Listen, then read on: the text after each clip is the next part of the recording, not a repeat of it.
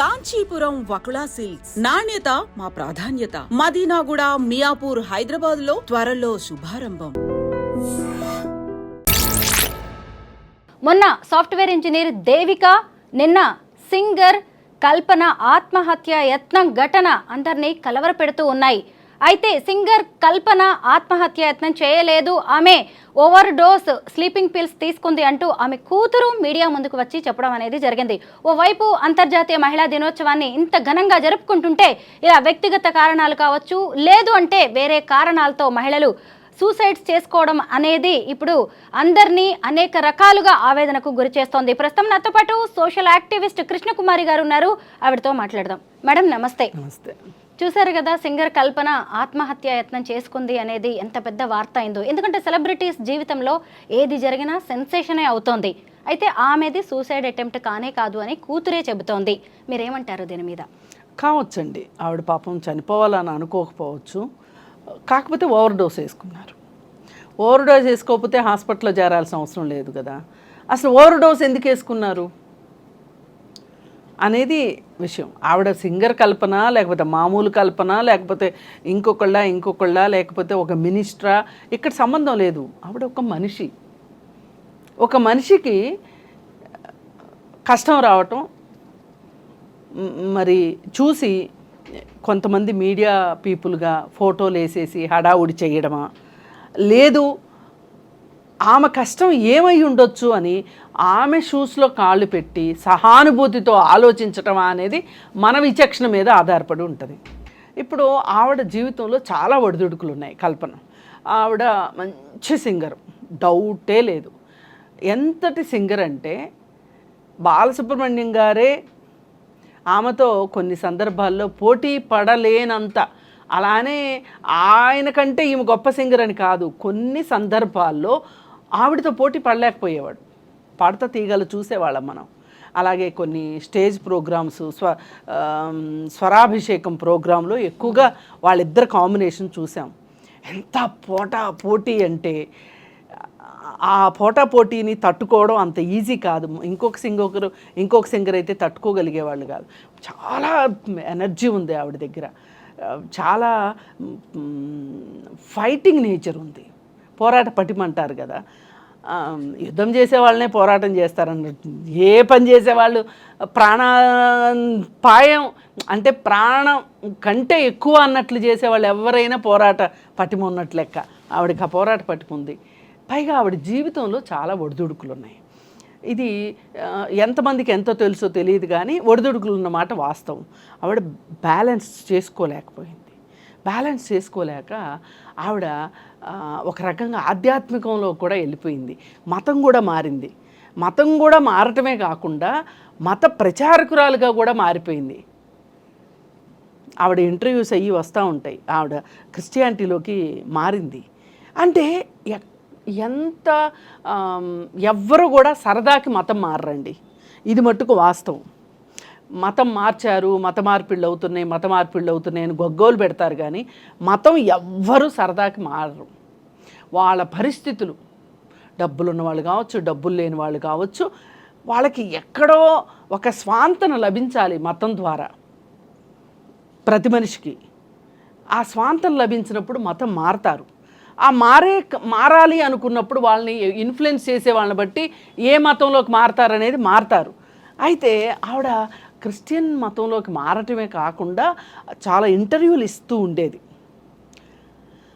అయితే నాకు అనిపించేది, ఏదో ఉంది జీవితంలో, ఆమెకి తట్టుకోలేని బాధలు ఏవో ఉన్నాయి, అందుకే ఆవిడ మతం మారింది అంటే ఒక వెతుకులాట కదా మతం మారటం అంటే.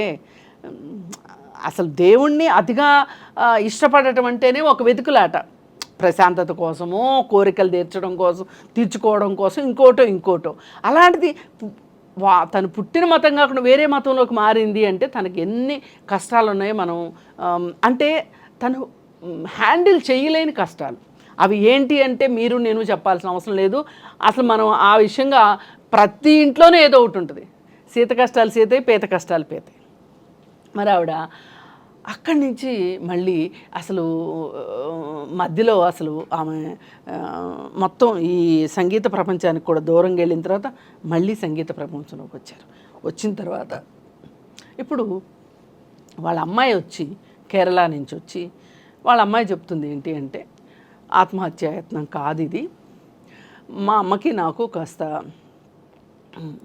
నన్ను ఆమె హైదరాబాద్ రమ్మంటుంది, నేను రాను అంటున్నాను, ఆ రిఫ్ట్ నడుస్తూ ఉంది, ఆ సందర్భంలో తను ఓవర్ డోస్ వేసుకుంది అని అన్నది అని అమ్మాయి చెప్పింది. సరే, ఇప్పుడు ఆత్మహత్యాయత్నం చేసిన దానికి ఒత్తిడిని తట్టుకోలేక ఇలాంటి పరిస్థితి రావటానికి చాలా దూరం ఉందని అయితే నేను అనుకోను. ఇంకో 2 ఎక్కువ వేసుకున్నారనుకోండి, వేసుకోకూడదు అసలు.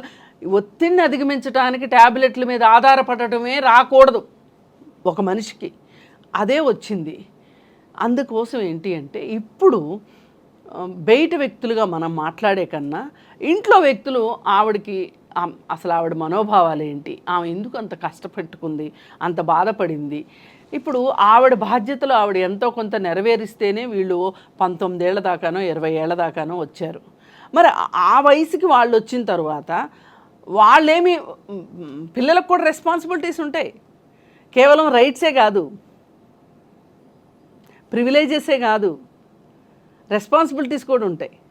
మరి ఆమె రెస్పాన్సిబిలిటీగా ఫీల్ అయ్యి ఆ అమ్మాయి మరి కల్పన గారికి ఆ మాత్రం ఒక స్నేహ హస్తాన్ని, ఒక ప్రేమ హస్తాన్ని అందిస్తే కనుక ఆవిడ ఇంకా త్వరగా కోలుకోవాలని మనం అందరం కోరుకుందాం.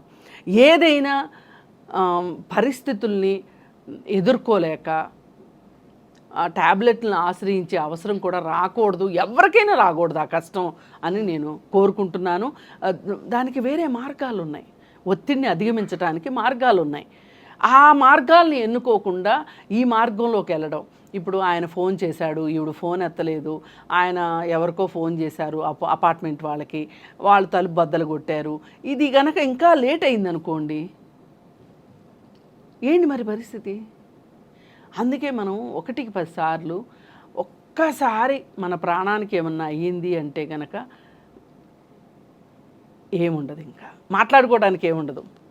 అందుకే ఆ పరిస్థితి వద్దు అని నేను కోరుకుంటున్నా. ఎవరైనా సరే మీరు ఒత్తిడిని అధిగమించటానికి వేరే మార్గాలు ఏమున్నాయో, మీరు ఎప్పుడైనా సమస్య ఉంది అంటే సమస్య పక్కన పరిష్కారం అనేది ఉంటుంది. దాన్ని మనం వెతకటంలోనే మనకి ఆ వెతకలాటికి ఓపిక లేదు. అక్కడ ఆ ఓపిక తెచ్చుకోవాలి అంటాను. లేదు అనుకుంటే పక్కన ఉన్న వాళ్ళు ఆ ఓపికని వాళ్ళకి ఇవ్వాలని నేను కోరుకుంటున్నాను. కృష్ణకుమారి గారు, ఇక్కడ కల్పన పర్సనల్ లైఫ్ గురించి మనం మాట్లాడుకుందాం. ఆమె చిన్నప్పటి నుంచి కూడా గాయకుల కుటుంబం నుంచే వచ్చారు. పైగా ఆవిడ గాయనిగా తనను తాను ప్రూవ్ చేసుకున్నాడు. తెలుగు, తమిళ్, మలయాళం, కన్నడ భాషల్లో 1500కు పైగా పాటలు పాడారు. 3000కు పైగా షోస్ చేశారు. ఆమె ఎంతో కాంపిటీషన్ ఉండే ఈ మ్యూజిక్ వరల్డ్లో ఆమె తనను తాను నిరూపించుకున్నారు. అయితే ఇటు పర్సనల్ లైఫ్కి వచ్చినప్పుడు ప్రసాద్ ప్రభాకర్ అనే వ్యక్తిని ఆమె పెళ్లి చేసుకున్నారు. 19 ఏళ్ల కూతురు కూడా ఆయన దగ్గరే చెన్నైలో ఉంటుంది. ఇప్పుడు అమ్మాయి కేరళ నుంచి వచ్చినట్టుంది. అయితే మొత్తానికి వ్యక్తిగతంగా అయితే కొన్ని ఇబ్బందులు ఉన్నట్టున్నాయి. దానికి ఆమె స్లీపింగ్ పిల్స్ వరకు వెళ్ళారు, హై డోస్ తీసుకున్నారు. అయితే ఆవిడకి అంతా బాగుండి ప్రాణాలతో బయటపడ్డారు. ఇక మీదటైనా ఆవిడ ఈ ఒత్తిళ్లను కావచ్చు, ఈ ఛాలెంజెస్ని అధిగమించి ఎలా ముందుకెళ్తే మంచిదంటారు? అదే కుటుంబ సభ్యులే, దీనికి మందు కుటుంబ సభ్యులే. ఆవిడ్ని ఓదార్చాలి, ఆవిడికి దగ్గరగా ఉండాలి, ఉండి ఆవిడికి ఏం అవసరం, ఇప్పుడు ఒకవేళ కౌన్సిలింగ్ అవసరమా, మందులు అవసరమా, ఏం అవసరమో ఏంటి అనేది ఖచ్చితంగా ఒకసారి ఓవర్ డోస్ వేసుకున్నారు అని అంటే వాళ్ళ మనసు వాళ్ళ అధీనంలో లేదు అని అర్థం. ఆ మనసు అధీనంలోకి వచ్చే వరకు కూడా ఇటు భర్త కానీ పిల్లలు కానీ అందరూ ఆవిడకి సహాయ సహకారాలు అందించాల్సిందే. పైగా మీడియా కూడా ఒకంత సంయమనం పాటించాలని నేను కోరుకుంటున్నాను. నిజమే, ఎందుకంటే ఆత్మహత్యాయత్నం అన్నారు. సరే, అది నిజమే కావచ్చేమో, కానీ ఇప్పుడు బయటకు వచ్చిన తర్వాత కూతురు ఏం చెప్తుందో విన్నాం కదా. అవును, ఇంకైతే మానేయాలి. పైగా ఇంకొకటి, మీడియాకి తెలియాల్సింది ఏంటి అంటే, తెలియక కాదు తెలిసే చేస్తుంది. కొన్ని మీడియా నామ్స్ ఎథిక్స్ ఇవి ఉంటాయి. ఆ ఎథిక్స్ ఫాలో అవ్వకుండా ఫోటోలు ఎడాపెడా ఎక్కడ నెట్లో ఎక్కడ చూసినా ఫోటోలు దొరుకుతాయి, అవి తీసుకొచ్చేసేసి వేసేయడం అనే దాని మీద ఇప్పుడు ఇవాళ ఫేస్బుక్లో చాలామంది అభ్యంతరం తెలియజేశారు. కొంచెం ఆ విషయంలో సంయమనం పాటించాలని చెప్పి నేను ఛానల్స్ వాళ్ళు కూడా అది అర్థం చేసుకొని వ్యక్తిగత జీవితానికి ఒక విలువ ఇవ్వాలి అని చెప్పి నేను కోరుకుంటున్నాను. అయితే సెలబ్రిటీస్ లైవ్స్ గురించి కూడా మనం మాట్లాడుకోవాలి. ఎందుకంటే సెలబ్రిటీస్, సినీ ప్రముఖుల జీవితాల్లో ఏ చిన్నది జరిగినా, చీమ చిట్టుకుమన్నా కానీ ఓ పెద్ద వార్త అవుతుంది, జనానికి కూడా ఇంట్రెస్ట్ క్రియేట్ అవుతుంది. దాంతో కూడా ఉన్నవి లేనివి కలగాపులగంగా ఎన్నో రకాలుగా చేసేస్తూ ఉంటారు. అయితే ఇలా ఇప్పుడు కల్పన గారికే కాదు, చాలామంది వ్యక్తిగత జీవితంలో ఎన్నో కష్టాలు ఉన్నాయి, ఒడిదుడుకులు ఉన్నాయి, సమస్యలు, సవాళ్ళు ఉన్నాయి. చాలామంది ఇలాగా ఆత్మహత్య లాంటి ఆలోచనలు చేస్తూనే ఉంటారు. వాళ్ళకి ఏం చెప్తారు? ఎవరికైనా ఒకటండి, సినిమా ప్రపంచము మామూలు ప్రపంచము, వాళ్ళు మనుషులే, మనము మనుషులమే. కాకపోతే ఏంటంటే వాళ్ళు ఒక రంగుల ప్రపంచానికి ఎక్స్పోజ్ అవుతారు. వాళ్ళకి చాలామంది ఏం చేస్తారు అంటే వాళ్ళకి నీరాజనాలు పలుకుతూ ఉంటారు. దానికి వాళ్ళు అలవాటైపోతారు. ఇది ఒక ఎడిక్షన్ ఒక రకంగా. ఈ ఎడిక్ట్ అయినప్పుడు ఏం జరుగుతుంది అంటే అది ఏదైనా కాస్త తగ్గింది, మోతాదు తగ్గింది అంటే వాళ్ళలో ఒక రకమైన ఒక ఇన్సెక్యూరిటీ వచ్చేస్తుంది, ఒక ఇన్ఫీరియారిటీ కాంప్లెక్స్ పెరిగిపోతుంది. ఇన్ఫీరియారిటీ కాంప్లెక్స్, ఇన్సెక్యూరిటీ రెండు సిస్టర్స్ అన్నమాట, కవల పిల్లలు అనమాట. ఇన్సెక్యూరిటీ ఉంటే ఇన్ఫీరియారిటీ వస్తుంది, ఇన్ఫీరియారిటీ ఉంటే ఇన్సెక్యూరిటీ వస్తుంది. దీనివల్ల ఏం జరుగుతుందంటే వాళ్ళు ఈ ఒత్తిడిని తట్టుకోవటానికి, అంటే ఒడిదుడుకులు, వాళ్ళ జీవితంలో ఉండే సెలబ్రిటీ జీవితాల్లో వచ్చే ఒడిదుడుకుల్ని వాళ్ళు తట్టుకోలేరు. సక్సెస్ని, అలాగే గ్లామర్ని, రియల్ లైఫ్ని, మూడింటిని వాళ్ళు బ్యాలెన్స్ చేసుకోలేరు. ఎవరైతే బ్యాలెన్స్ చేసుకుంటారో వాళ్ళు తొణకరు బెణకరు. ఇప్పుడు అమితాబ్ బచ్చన్ లాంటి వాళ్ళు ఉన్నారు, వాళ్ళు బెదర్రు. అలాగే పాత హీరోలు ఉన్నారు, నాగేశ్వరరావు గారు, రామారావు గారు, ఇట్లాంటి వాళ్ళు ఎక్కడ ఒక సినిమా పోయినా, కృష్ణ గారికి అల్లూరి సీతారామరాజు తర్వాత 17 ఫ్లాప్లు వచ్చినాయి. 17, 1 కాదు 2 కాదు. ఎట్లా నిలబడ్డారండి తట్టుకుని? ఇప్పుడు వాళ్ళు నిలబడలేకపోతున్నారు. అసలు లాంగ్ కెరీర్ ఉండట్లా ఇప్పుడు వాళ్ళకి. పోరాటం పోరాటం పోరాటం, ఫైటింగ్ ఫైటింగ్.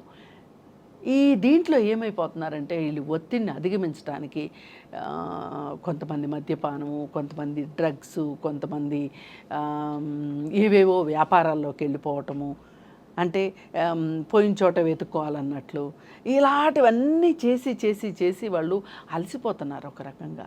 ఇలా అలసిపోయి ఎక్కడో చోట దొరికిపోతున్నారు వాళ్ళు. ఇప్పుడు పలానా వాళ్ళని పలానా పబ్లో అల్లరి చిల్లరగా చేయటం గురించి ఒక వార్త, పలానా వాళ్ళు గోవాలో డ్రగ్స్ తీసుకుంటూ పట్టుపడ్డారు, లేదు అంటే పలానా వాళ్ళ కారులో డ్రగ్స్ దొరికినాయి. ఇవన్నీ వార్తలు ఇవాళ. ఏంటి ఈ వార్తలకు బేస్ ఏంటి అంటే, అసలు వీళ్ళు ఇలా అవదాలను వచ్చారా ఇక్కడికి? నటిద్దామని వచ్చారు, ఒక గ్లామర్ ఫీల్డ్లోకి గ్లామర్గా ఎదిగిపోవాలని వచ్చారు. కానీ వాస్తవ జీవితంలోకి వచ్చేసరికి లాంగ్ కెరియర్ లేక ఒక ఖర్చులకి, ఒక దీనికి అలవాటు పడిపోతారు వాళ్ళు. ఒక మేకప్కి వీటికి అలవాటు పడిపోతారు, ఒక లైఫ్ స్టైల్కి అలవాటు పడతారు. ఆ లైఫ్ స్టైలు సినిమాలు ఉన్నంతసేపు లైఫ్ స్టైల్ ఉంటుంది. ఆ సినిమాలు ఉన్నప్పుడు వచ్చిన డబ్బుని జాగ్రత్త చేసుకునే వాళ్ళకి ఈ లైఫ్ స్టైల్ని సస్టైన్ చేయగలుగుతారు. ఎవరైతే ఆ డబ్బుని జాగ్రత్త చేసుకోరో వాళ్ళు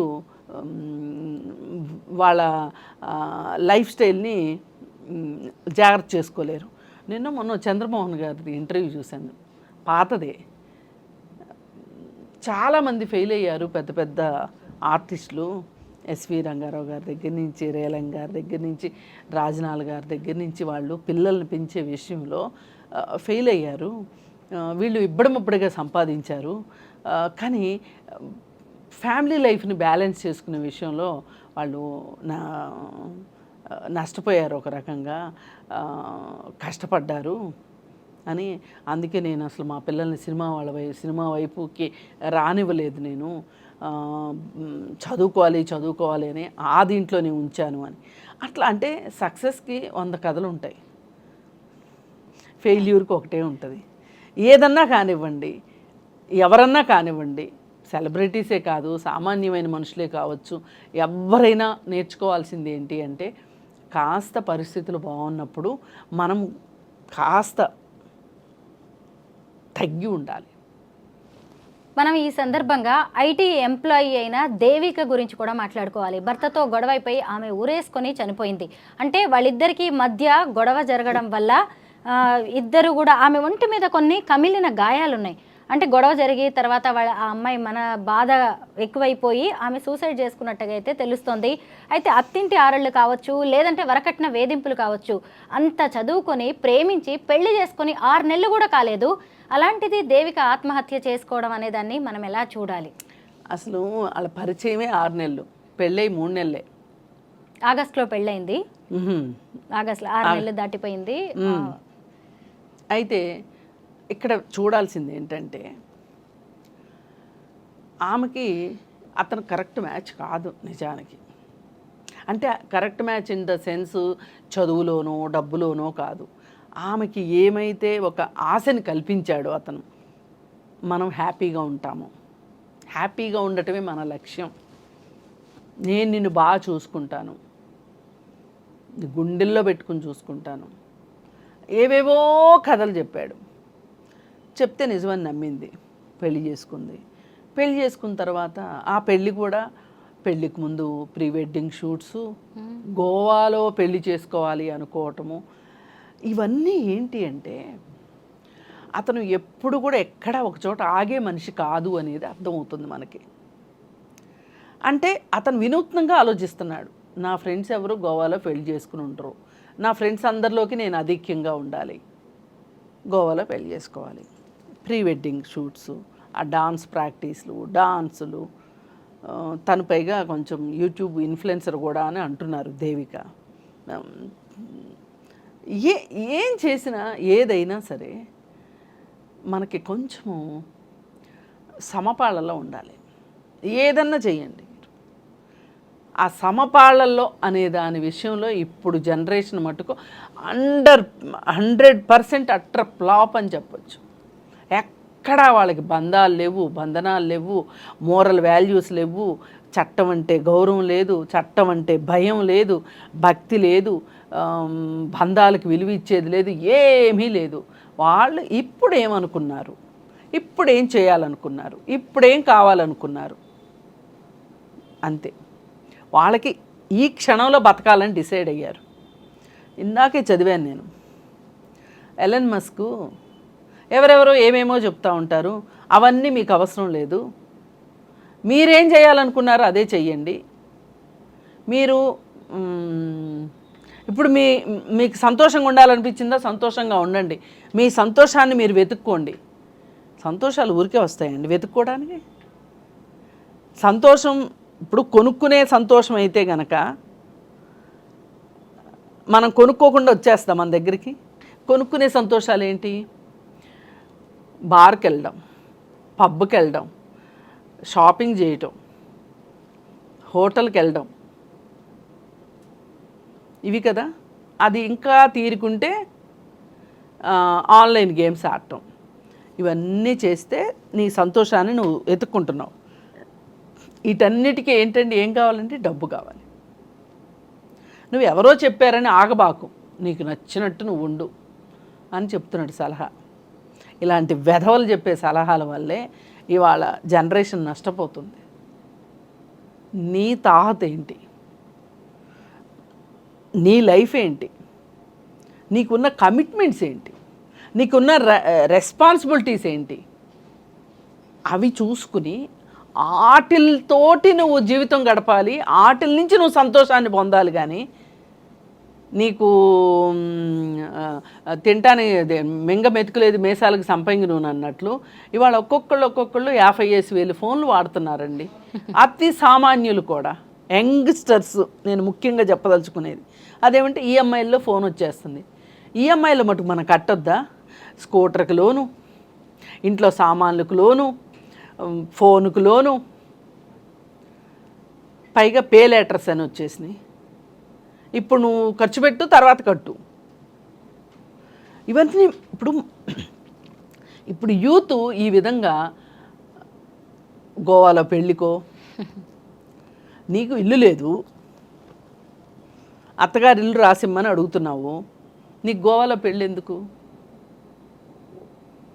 గోవాలో పెళ్ళి ఎందుకు? ఇద్దరు ఉద్యోగం చేస్తున్నారు కదా, మీ ఇద్దరు కలిసి గోవాలో పెళ్ళి ఖర్చులు పెట్టుకుంటే, డౌన్ పేమెంట్ కట్టుకుంటే, అపార్ట్మెంట్ కొనుక్కుంటే ఇన్స్టాల్మెంట్ కట్టుకోగలరు కదా ఇద్దరు ఉద్యోగస్తులు అయినప్పుడు. అప్పుడు అత్తగారి ఇంటి మీద కళ్ళు ఉండవు కదా. అసలు అత్తగారికి ఇల్లు లేకపోతే ఏం చేసేవాడివి? పక్కింటి వాళ్ళు ఇల్లు లాక్కునేవాడివా? అందుకని అతను వాస్తవానికి దూరంగా ఉన్నాడు, ఊహా ప్రపంచంలో ఉన్నాడు. ఈ అమ్మాయి కూడా ఎంతో కొంత ఈ సోషల్ మీడియా ఇన్ఫ్లుయెన్స్లో ఈ అమ్మాయి కూడా ఉంది. సరిపోయారు ఇద్దరికిద్దరు. కానీ పెళ్ళయింది.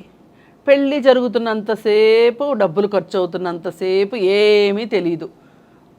ఆ మత్తులో ఉంటారు. డబ్బులు ఖర్చు పెడుతుంటే చాలా మత్తు ఉంటుంది, మత్తులో ఉన్నారు. పెళ్ళైపోయింది, రియల్ లైఫ్లోకి వచ్చారు. ఇక రోజు ఆఫీస్కి వెళ్ళాలి. జీవితం బోరు కొడుతుంది, చాలా బోరు కొడుతుంది జీవితం. రోజు గోవాలో పెళ్లి చేసుకోరు కదా, రోజు ప్రీ వెడ్డింగ్ షూట్స్ ఉండవు కదా, అవి అప్లోడ్ చేసి ఎంతమంది చూశారు, ఎంతమంది లైకులు కొట్టారు, ఇది రోజు ఉండదు కదా. పైగా అమ్మాయిలు కూడా ప్రేమించినప్పుడు అబ్బాయిలు ఎలా నెత్తన పెట్టుకుని చూసారో పెళ్ళాక కూడా అలాగే ఉండాలి, నేను ఏదంటే అదే జరగాలి అనే ఒక మనస్తత్వం కూడా కనిపిస్తుంది అమ్మాయిల్లో. అమ్మాయిల్లో ఏంటండి, ప్రతి మనిషిలోనూ ఉంటుంది. నేను అందుకే ఇక్కడ అబ్బాయే వాస్తవానికి దూరంగా వెళ్ళాడు అనటానికి నాకు మనసు పట్ల, అమ్మాయి కూడా వాస్తవానికి దూరంగానే ఉంది. కాకపోతే మీడియాలో వస్తున్న వార్తలు నాకు మరింత ఆశ్చర్యం కలిగిస్తున్నాయి. రిమోట్ దగ్గర పొట్లాడుకున్నారు అని ఎంత సింప్లిఫై చేస్తున్నారంటే, అతను ఆ అమ్మాయిని ఇల్లు అడిగాడు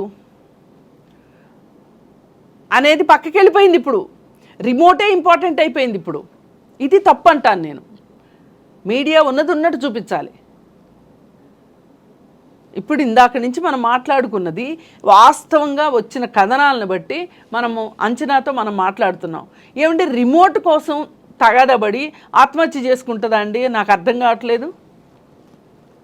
నాకు ఇతని తోడు నా వల్ల కావట్లేదు, ఏం చేయాలో అర్థం కావట్లేదు అని చెప్పి ఒక ఫ్రెండ్కి మెసేజ్ పెట్టిందంట. ఓకే, మొన్న ఇప్పుడు నిన్నొచ్చింది ఒక వార్త బయటికి. ఏంటి అంటే, ఒక సాఫ్ట్వేర్ ఇంజనీరు, అతని పేరు అక్కుల్లో ఏదో ఉందండి, అతుల్ సుభాష్ ఇంకొక అతను కూడా సూసైడ్ చేసుకున్నాడు భార్య పెట్టే కష్టాలకి అని. వెంటనే హడావుడి చేశారు. అసలు మగవాళ్ళ హక్కులు అని అదని ఇదని హడావుడి చేశారు. తీరా చూస్తే తేలింది ఏంటి అంటే, ఈ అమ్మాయి ఈ చనిపోయిన అతని భార్య చనిపోయిన అతని సిస్టర్కి మెసేజ్లు పెట్టింది. వాళ్ళ తండ్రికి బాగలేకపోతే పుట్టింటికి వెళ్ళిందంట. వీడు ఫుల్గా తాగేసి వీడియో కాల్ చేసి, నేను ఒక కుర్చీలో కూర్చొని నేను ఊరేసుకోబోతున్నానని ఈ అమ్మాయిని బెదిరిస్తున్నాడంట. బెదిరిస్తుంటే అందుకు ఆ అమ్మాయి ఆడబడుచుకి చాటింగ్ చేసింది. లేకపోతే అసలు ఈ విషయం బయటకు వచ్చేదే కాదు. నువ్వేం వర్రీ కాకు, వాడు అలాగే బెదిరిస్తాడులే, నువ్వు నిద్రపో, నువ్వు పడుకో. ఈ అమ్మాయి ఏమడుగుతుంది, కొంచెం నువ్వు ఫోన్ చేసి ఇలా అతను చాలా డ్రంకన్ స్టేజ్లో ఉన్నాడు అది ఇదని ఈ అమ్మాయి చెప్తుంది. ఏం చేసుకుంటాడో నాకు భయం వేస్తుంది, చాలా ఇంపల్సివ్గా ఉన్నాడు, ఏం డ్రాస్టిక్ స్టెప్ తీసుకుంటాడో అని భయంగా ఉంది నాకు అని. అంటే ఏం చేయలే అంటే వాళ్ళకి అలవాటు, ఇతని ప్రవర్తన వాళ్ళకి బాగానే తెలుసు అనమాట. అందుకని వాళ్ళు చాలా సింపుల్గా తీసిపారేస్తుంది ఆ అమ్మాయి, అతని చెల్లెలు. ఈ అమ్మాయి మటుకు మౌనిక అనుకుంటా, ఈ అమ్మాయి ఏమో మెసేజ్ల మీద మెసేజ్లు పెడుతుంది.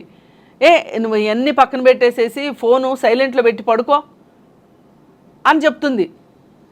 ఇప్పుడు ఇది బయటకు వచ్చింది కాబట్టి సరిపోయింది. ఇప్పటిదాకా ఏమి రాసిందండి మీడియా, ఏమి రాసిందండి? అతను ఒక నోటు పెట్టాడు, నా భార్య రాచి రంపాన పెడుతుంది, నా భార్య వల్లనే నేను సూసైడ్ చేసుకుంటున్నాను అని చెప్పి అతను. ఇప్పుడు ఏంటి అంటే, ఇప్పుడు అర్జెంటుగా వాళ్ళ నాన్న వదిలిపెట్టేసేసి ఇక్కడికి రావాలి, అది అతని ఉద్దేశం. అంటే తండ్రి దగ్గరికి వెళ్ళడానికి లేదు ఆ అమ్మాయికి.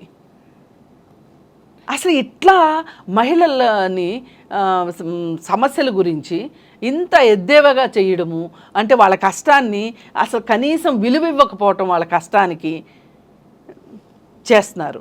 ఇది మీడియా రోలు. దీన్ని చూసేవాళ్ళు కూడా ఇది నిజమే, ఇదే నిజం, ఇదే నిజం అని అనుకుంటున్నారు. ఇప్పుడు మనం కల్పన గురించి మాట్లాడుకున్న అదే, ఇదైనా అదే, ఏదైనా అదే. ఇక చివరికి ఇప్పుడు తల్లికి కూడా అడిగింది వెళ్ళి, ఏమ్మా ఇల్లు అంట రాసిమ్మంటున్నాడు మీ అల్లుడు అని అంటే ఆమె ఒకే మాట ఏడుస్తుంది. అసలు ఇట్లా జరుగుతుంది అంటే నేను రాసి ఇచ్చేదాన్ని, నేను ఎక్కడికన్నా పోయి ఎలాగోలా నేను బతికేదాన్ని, పాపం ఆవిడకి ఆ ఇల్లే ఆధారంగా ఉంచు. ఎంత బాధాకరమైన విషయం అండి.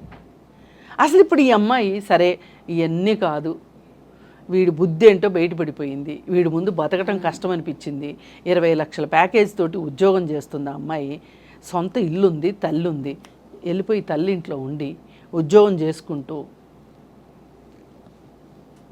చేయొచ్చు కదా.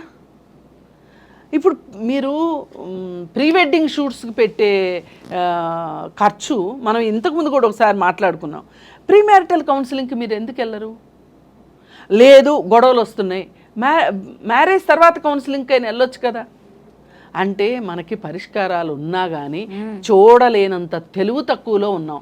ఇప్పుడు 20 లక్షల ప్యాకేజీలో ఉన్న అమ్మాయి అంటే 20 లక్షలు ఊరికే ఇవ్వరు, 40 లక్షలు పని చేయించుకుని 20 లక్షలు జీతం ఇస్తారు. అంటే ఆ అమ్మాయి బాగా క్యాపబుల్, కెపాసిటీ ఉన్న అమ్మాయి. ఇలా సొంత జీవితంలో కష్టాలు వచ్చినప్పుడు మామూలు ఒక చదువు సంధ్య లేని వాళ్ళు లేకపోతే తెలివి తక్కువ వాళ్ళు చేసినట్లుగా ఈ నిర్ణయం తీసుకోవటం నిజంగా అది ఆత్మహత్య అయితే గనక అసలు ఇవాళ యువత త్రిశంకు స్వర్గంలో ఉన్నారని చెప్పొచ్చు. ఒకవేళ హత్య అనుకోండి, వాళ్ళ మట్టు కఠినంగా శిక్షించాలి. ఆడవాళ్ళు అంతరిక్షంలోకి కూడా వెళ్తున్నారు. సునీత విలియమ్స్ లాంటి వాళ్ళు 8 నెలలు అవుతోంది అంతరిక్షంలోకి వెళ్ళి. ఇటు సింగర్ కల్పన కావచ్చు, ఇంకొక వైపు ఐటీ ఎంప్లాయీ దేవిక కావచ్చు, వీళ్ళు కూడా సమాజాన్ని ఇన్ఫ్లుయెన్స్ చేయగలిగిన వ్యక్తులే. వాళ్ళ సమస్యలకి పరిష్కారాలు వాళ్ళ కళ్ళెత్తిటే ఉన్నాయి. అయినా సరే పరిష్కారాలు అవసరం లేదు, ఈ జీవితాన్ని, ఈ తనువును చాలిస్తే చాలు అనుకున్నారు. మనం ఇప్పుడు అంతర్జాతీయ మహిళా దినోత్సవాన్ని ఘనంగా జరుపుకుంటున్నాం. కనీసం ఈ ఏడాది నుంచైనా అటు మగవాళ్ళు కావచ్చు, ఇటు ఆడవాళ్ల మనస్తత్వాల్లో మార్పు రావాల్సిన అవసరం చాలా కనిపిస్తుంది. థ్యాంక్ యూ సో మచ్ అండి. Thank you.